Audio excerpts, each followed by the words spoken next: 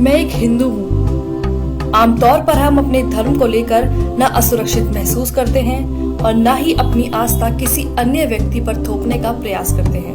हम सभी को उनके कर्म के नजरिए से देखते हैं, न कि धर्म से। लेकिन आजकल मेरे समाज और मेरी धार्मिक भावनाओं को ठेस पहुंचाना कुछ लोगों की आदत बन गई है। इंडिया की पहली प्लास्टिक सर्जरी इंडिया में हुई है, पता है किसकी? गणेश की। मैं मान गया कि पहली प्लास्टिक सर्जरी आपने करी है, इंडिया में हुई है, तो ठीक से तो कर लेते।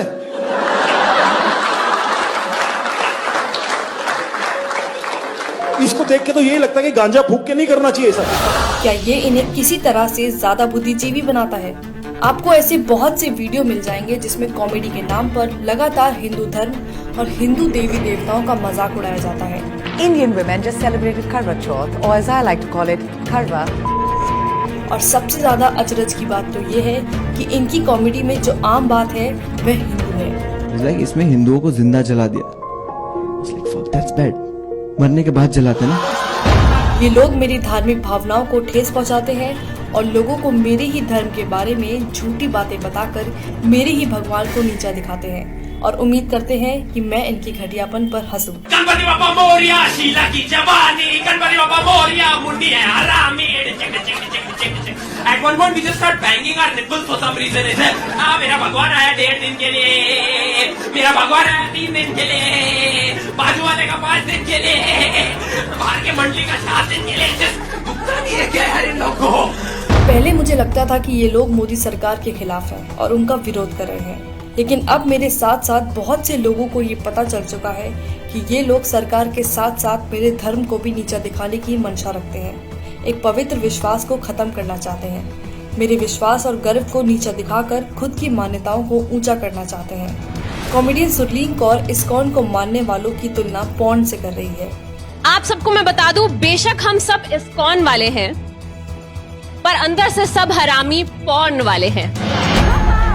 सुरलीन इस वीडियो में ऋषि मुनियों को अपमानित करने का कोई मौका नहीं छोड़ती है, उन्हें वासना से भरा हुआ बताती है।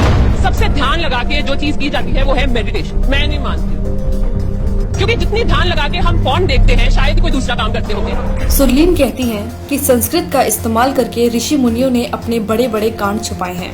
धन्य हो हमारे ऋषि मुनि जिन्होंने थोड़ी सी संस्कृत यूज करके अपने बड़े बड़े कांड छुपाए हैं। कामा ये सब सुनना किसी मानसिक उत्पीड़न से कम नहीं है। कॉमेडियन मुनव्वर फारूकी खुलेआम मंच से भगवान राम और माता सीता के लिए अभद्र भाषा का इस्तेमाल कर रहा है। लाइक अगर भगवान को रिस्पॉन्स करें, वो गाना कैसा है ना, लाइक मेरा पिया अगर है और राम जी डोंट गिव। मेरा पिया घर है, राम जी लाइक मैं 14 साल से खुद घर नहीं गया। एंड अगर सीता ने सुन लिया तो वो तो डाउट करेगी।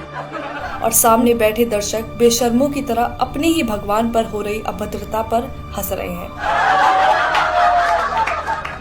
इनके लिए कितना आसान है हिंदू देवी देवताओं का मजाक उड़ाना, लेकिन जब बात किसी और धर्म की आती है तो इनकी जुबान पर ताला लग जाता है। मुझे समझ नहीं आता कि इन लोगों को हिंदुत्व और मोदी सरकार एक दूसरे के पर्याय क्यों लगते हैं और राजनीतिक पार्टी का मजाक उड़ाने की आड़ में मेरे धर्म का मजाक क्यों बनाते हैं।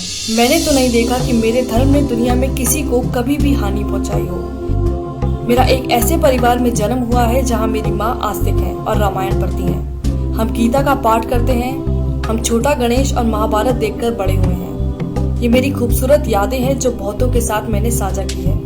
हम सब जानते हैं कि हिंदुओं का इतिहास ऐसा नहीं है जहाँ किसी का कभी उत्पीड़न किया गया हो,